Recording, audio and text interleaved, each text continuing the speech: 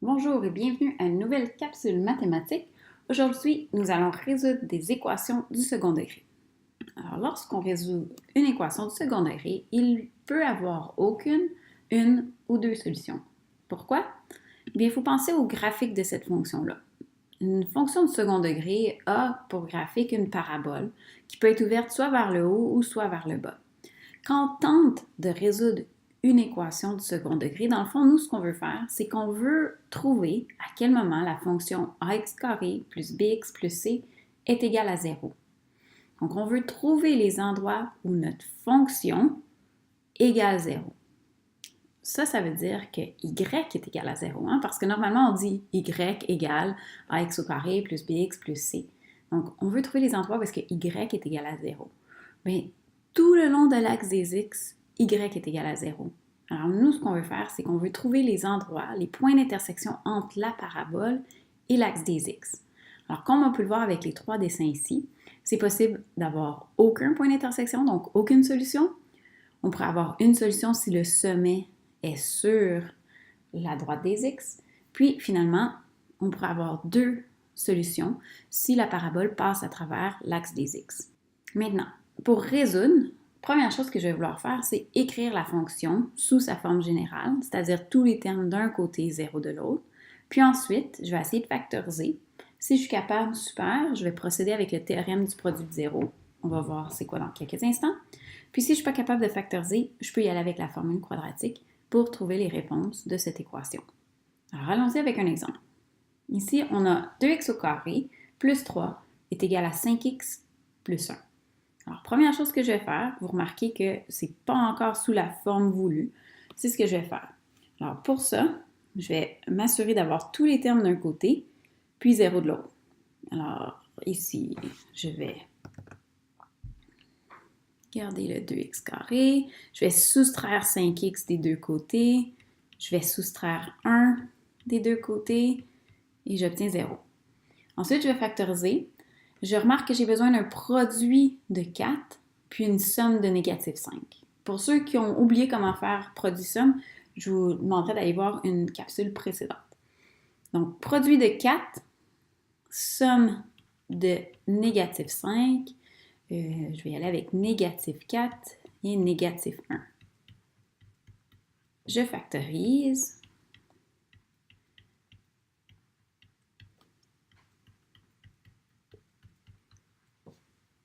J'obtiens x moins 2 fois 2x moins 1 égale 0. Donc ici, j'ai terminé ma factorisation. Je vais utiliser ce que j'appelle le théorème du produit de 0. Ce théorème-là, dans le fond, ce qu'il dit, c'est que quand un produit est égal à 0, un des facteurs doit être 0. Par exemple, si je vous demande, je ne sais pas moi, 18 fois 0, ça fait 0. Si je vous demande 0 fois 1 milliard 350 millions 203 fois 0, ça donne 0. Donc, lorsqu'on a un produit qui nous donne 0, un des deux facteurs doit être 0. Bien, si c'est le cas ici, ça va vouloir dire que soit x moins 2 est égal à 0, donc j'obtiendrai comme première réponse x égale 2, ou 2x moins 1 est égal à 0, ce qui voudrait dire que je vais obtenir 2x égale 1, x égale 1 demi comme deuxième réponse possible. Donc, on a factorisé, on utilise le théorème produit 0, puis ensuite, on regarde nos deux facteurs, puis on peut obtenir la réponse ainsi. Ça va? Un autre exemple peut-être? Alors, encore une fois, avec cet exemple-ci, on peut voir que tous les termes ne sont pas d'un côté, 0 de l'autre. Alors, on va commencer avec ça.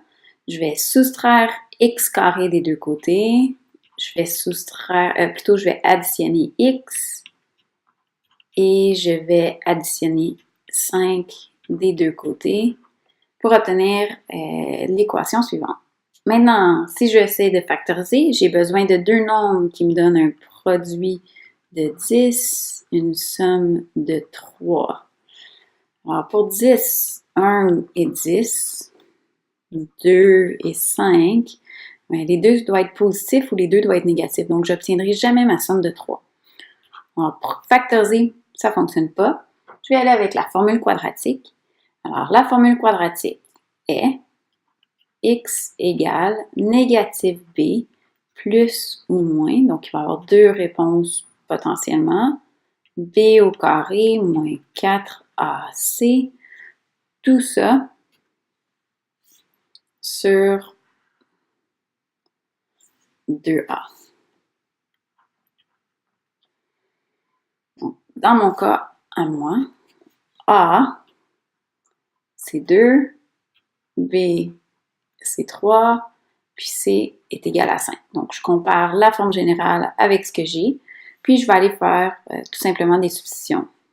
Donc, je vais obtenir négatif 3 plus ou moins racine de 3 au carré moins 4 fois 2 fois 5, donc 4ac, sur 2 fois a, donc 2 fois 2 dans notre cas. 2 fois 2. Négatif 3 plus ou moins la racine carrée de 9, 3 fois 3, 9, moins 8 fois 5. Donc 40, 9 moins 40, négatif 31 sur, c'est pas très beau ça, négatif 31, on a dit, racine de 31, négatif, sur 4. Et puis là, je ne sais pas si vous remarquez, mais on a un petit problème. On obtient la racine carrée de négatif 31. C'est impossible de calculer la racine carrée d'un nombre négatif. Alors, je ne peux pas aller plus loin, je ne peux pas résoudre ça ici. Alors, ce qui arrive, là, je suis dans le cas ici, parce que j'ai aucune solution possible. Donc, aucune solution ici. Je ne peux pas aller plus loin, c'est impossible de prendre la racine carrée d'un nombre négatif. Ça va? Donc, on a essayé de factoriser, c'était impossible. On est allé avec la formule quadratique, puis là aussi, c'était impossible. Aucune solution est notre solution dans le fond. Et peut-être un dernier exemple. 5x carré plus 1 est égal à 6x moins 4x carré. Alors, encore une fois, je vais mettre tous les termes d'un même côté. Fait que je vais additionner 4x carré ici. 9x carré. Je vais soustraire 6x. Puis, il me reste 1 de ce côté-là. Alors, produit-somme, si je suis capable, j'aime mieux factoriser. Moi, sortir ma calculatrice, je trouve que c'est beaucoup d'efforts, fait que j'aime mieux y aller avec la produit-somme si je suis capable. Donc, produit de 9 avec une somme de négatif 6. Bon, mais c'est négatif 3 puis négatif 3, ça. Ça fait positif 9. La somme, ça fait négatif 6. Super, je vais factoriser. Donc, 9x carré moins 3x moins 3x plus 1 est égal à 0. Je sors un facteur commun.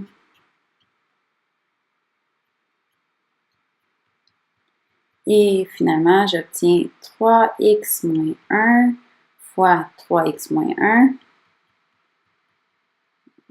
On pourrait réécrire ça comme étant 3x moins 1 au carré. Alors ici, il y a une seule solution possible. C'est lorsque 3x moins 1 est égal à 0. Donc, x est égal à 1 tiers. Alors, on a vu un cas ici, pour commencer, où est-ce qu'il y avait deux réponses possibles, aucune réponse possible, puis finalement, une réponse possible. De façon générale, si je veux résoudre une équation du second degré, je vais devoir premièrement la réécrire sous la forme suivante, ax au carré plus bx plus c égale 0. Donc, tous les termes d'un côté, 0 de l'autre. Puis ensuite, je vais par factorisation, puis le théorème du produit de 0, et la formule quadratique peut être une autre piste de solution à suivre. À la prochaine!